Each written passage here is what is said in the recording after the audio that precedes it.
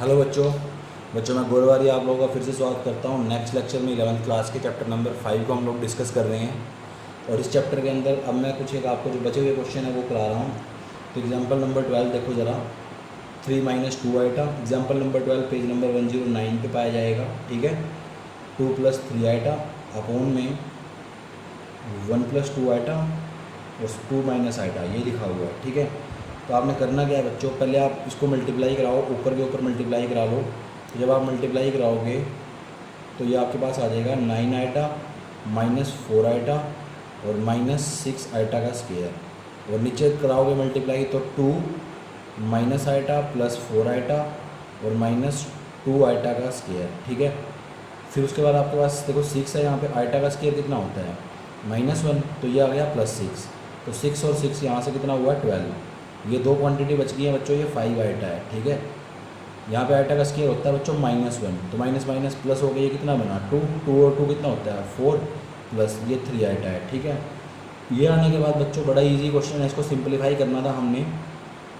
ये आने के बाद आपने इसको रैशनलाइज करा लेना है। ठीक है, रैशनलाइज कराना आपके बाएं हाथ का खेल है, मुझे पता है। तो आप इसको रैशनलाइज करा लो, रैशनलाइज करा के फिर मल्टीप्लाई कराओ ऊपर।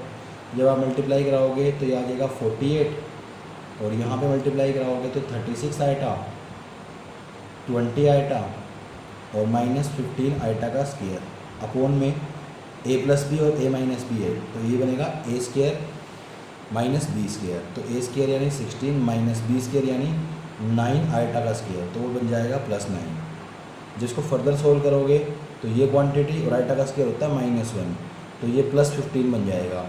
तो 48 + 15 ये कितना आया 63, और ये कैंसिल आउट करोगे तो -16 आइटा। ठीक है, अपोन में ये बन गया बच्चों 25, तो ये आ गया 63/25 -16 आइटा अपॉन 25। तो ये आपका फाइनल आंसर है। ठीक है, उम्मीद है आपको एग्जाम्पल नंबर 12 समझ में आ गया है। अगर आपको एग्जाम्पल नंबर 12 समझ में आ गया है बच्चों, तो आप ज़रा देखो साथ के साथ इसके बाद क्वेश्चन नंबर 13 है आपके पास। क्वेश्चन नंबर 13 में आपने सिर्फ मॉडुलस निकालना है।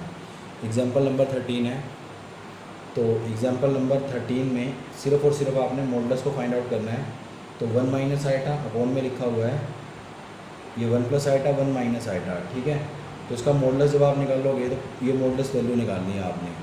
तो ये 1 + आइटा अपोन में 1 - आइटा। ठीक है, तो 1 + आइटा का मॉडुलस कितना होता है √में 1 का स्क्वायर प्लस आइटा का स्क्वायर, सॉरी आइटा के साथ जो लिखा हुआ है उसका स्क्वायर, तो ये 1 ही रहेगा।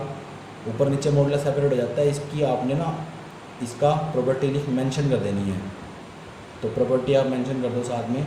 नीचे भी ऐसे ही करोगे आप, नीचे क्या करोगे, नीचे लिखा हुआ है 1 और यहाँ पे प्लस में -1 का स्क्वायर, तो वो 1 ही रहेगा।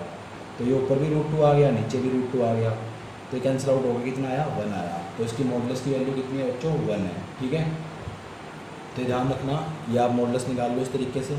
इसके सेकंड पार्ट में भी आपने ऐसे प्रोसीड करना है। यहाँ पे 1 + आइटा ये लिखा हुआ है, मॉडुलस करोगे तो मॉडुलस ऊपर नीचे सेपरेट हो जाता है न्यूमरेटर और डिनोमिनेटर में। 1 एक रियल नंबर है, उसका मॉडुलस 1 ही रहेगा, और ये कॉम्प्लेक्स नंबर है, इसका मॉडुलस निकालने के लिए रियल पार्ट का स्क्वायर और इमेजिनरी पार्ट का स्क्वायर। इमेजिनरी पार्ट में आइटा नहीं आएगा, जो आइटा के साथ है वो आएगा। ठीक है, तो ये 1 + 1 आ गया, तो ये 1 अपोन में √2, दैट इज़ योर आंसर। ठीक है, उम्मीद है बच्चों आपको ये सारी बातें समझ में आ रही हैं, समझ में भी आ रही हैं और आपके भेजे में भी जा रही हैं। ठीक है, इसके बाद हम लोग डिस्कस करेंगे बच्चों एग्जाम्पल नंबर 14। ये कुछ एक क्वेश्चन हमने छोड़ रखे थे बच्चों, थोड़े से टफ भी थे। एग्जाम्पल नंबर 14 में आपको देखो ज़रा, आप देखोगे तो आपको इक्वेशन दे रखी है, साथ में आपने किसी क्वांटिटी को प्रूव करना है। ठीक है, तो वो कौन सी क्वांटिटी है, इक्वेशन आपको दे रखी है x + iota y = a + iota b upon में a - आइटा b, और आपने प्रूव करना है x² + y² = 1। ठीक है, तो इसको कैसे प्रोसीड करना है आपने क्वेश्चन को। तो देखो आप ऐसे क्वेश्चन में आप क्या करते थे, जो इस टाइप के क्वेश्चन होते थे जिनमें आपको कुछ चीज़ गिवन होती थी, कुछ प्रूव करना होता था, तो उसमें आप टेक मॉडुलस बोथ साइड करते थे। तो एग्जाम्पल नंबर 14 में भी आप ऐसे ही करोगे, जो पेज नंबर 110 के ऊपर है, एग्जाम्पल नंबर 14। ठीक है, तो यहाँ पे x + iota y = a + iota b upon में a - आइटा b। तो यहाँ क्या करोगे, टेक मॉडुलस बोथ साइड। तो ये आ गया x + आइटा y, यहाँ आ गया a + आइटा b और यहाँ आ गया a - आइटा b। ठीक है, यहाँ मॉडुलस लगाओगे तो ये आ जाएगा x² + y² मॉडुलस सेपरेट हो जाता है, इस बात की प्रॉपर्टी को मेंशन कर देना, ठीक है। साथ के साथ प्रॉपर्टी आपने ज़रूर मेंशन कर देनी है। ये क्या निकालोगे, ए स्क्वायर प्लस बी स्क्वायर, और नीचे से ए स्क्वायर माइनस बी स्क्वायर, ठीक है। इसके बाद आपको पता है बच्चों, इसके बाद आप जानते हो कि जो ये होता है ना, अभी मैं यहाँ से कर रहा हूँ, आपको पता है बच्चों कि जो ये क्वांटिटी है अंडर रूट है वो दोनों के ऊपर आ जाएगा, डिवाइड में अंडर रूट दोनों के ऊपर आ जाता है। फिर आप स्क्वायर बोथ साइड कर लो तो आपका आंसर आ जाएगा। स्क्वायर बोथ साइड करने से यहाँ पे X square plus Y square, square से रूट कट जाएगा, और यहाँ पे A square plus B square, नीचे A square minus B square, ठीक है। तो ये आपका क्वेश्चन नंबर 14 था। क्वेश्चन नंबर 15 इंपॉर्टेंट है बच्चों, 16 आपके सिलेबस में नहीं है। एग्जाम्पल नंबर 15 ये बड़ा इंपॉर्टेंट है, समझने वाला काम है, ठीक है, सारा का सारा। तो चलते हैं बच्चों इस पर। इसके लिए ना एक कंसेप्ट समझ लेना बच्चों कि साइन थीटा अगर 0 के बराबर है तो वहाँ से थीटा की वैल्यू होती है n पाई के बराबर, ठीक है। ये एक बेसिक सा कंसेप्ट इस क्वेश्चन से पहले आप समझ लेना कि साइन थीटा अगर 0 है तो वहाँ से थीटा की वैल्यू निकलती है n पाई, ठीक है। ये याद रखना है, ये फॉर्मूला है, ठीक है। ये कंसेप्ट आपको ध्यान में रखना है। अब आपको गिवन है एग्जाम्पल नंबर 15 में कि 3 + 2 साइन थीटा अपॉन में 1 - 2 आइटा साइन थीटा। ये आपको ना एक प्योरली रियल नंबर दे रखा है। प्योरली रियल का मतलब होता है जब भी नंबर प्योरली रियल है तो उसका मतलब उसका इमेजिनरी पार्ट 0 है। मान लो a + iota b purely real है तो सिर्फ उसमें रियल पार्ट है, उसका इमेजिनरी पार्ट कैसा है, 0 है, ठीक है। तो इस नंबर का इमेजिनरी पार्ट 0 है, इतना हमें पता है। अगर ये नंबर प्योरली रियल है बच्चों तो इसका इमेजिनरी पार्ट कैसा है, 0 है। तो सबसे पहले इसको a + आइटा b की फॉर्म में एक्सप्रेस करना पड़ेगा, जब भी तो हम इसके इमेजिनरी पार्ट को देख पाएंगे, ठीक है। तो उसके लिए हमें क्या करना पड़ेगा, उसके लिए हमें इसको रैशनलाइज करना पड़ेगा। तो डिनोमिनेटर का साइन चेंज करके हमने ना इसको मल्टीप्लाई करा दिया और डिवाइड करा दिया, ठीक है। अब कराओ जरा, 3 + ये 6 आइटा साइन थीटा, ये आ गया 2 साइन थीटा + 4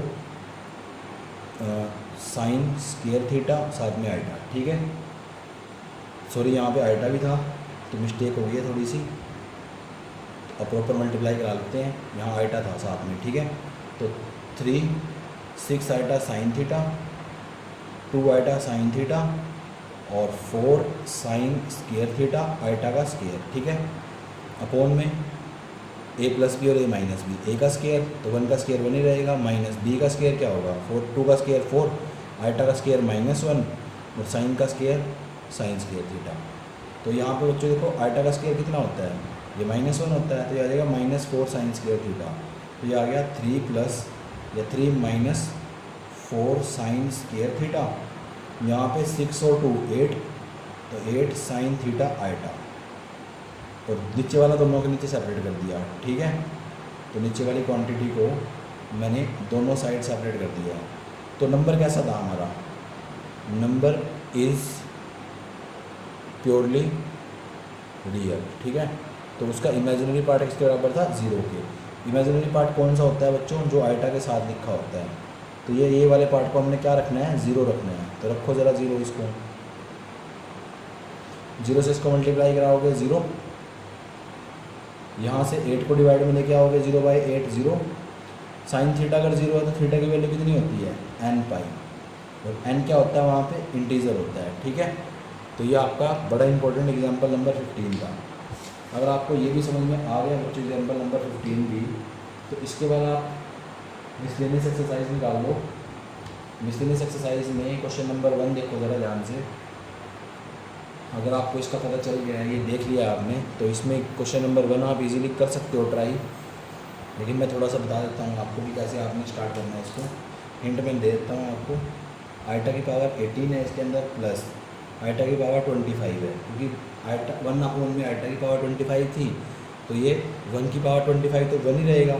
तो इसका मतलब ये आइटा की पावर 25 थी, आइटा की पावर 18 है। पावर स्टार्टिंग वाला लेक्चर याद करो, लेक्चर 1। पावर अगर इवन होती है तो वो 4 से अगर डिवाइड हो जाए तो आंसर 1 है, ना डिवाइड हो तो आंसर -1 है। तो यहाँ पे आंसर कितना है, -1 है।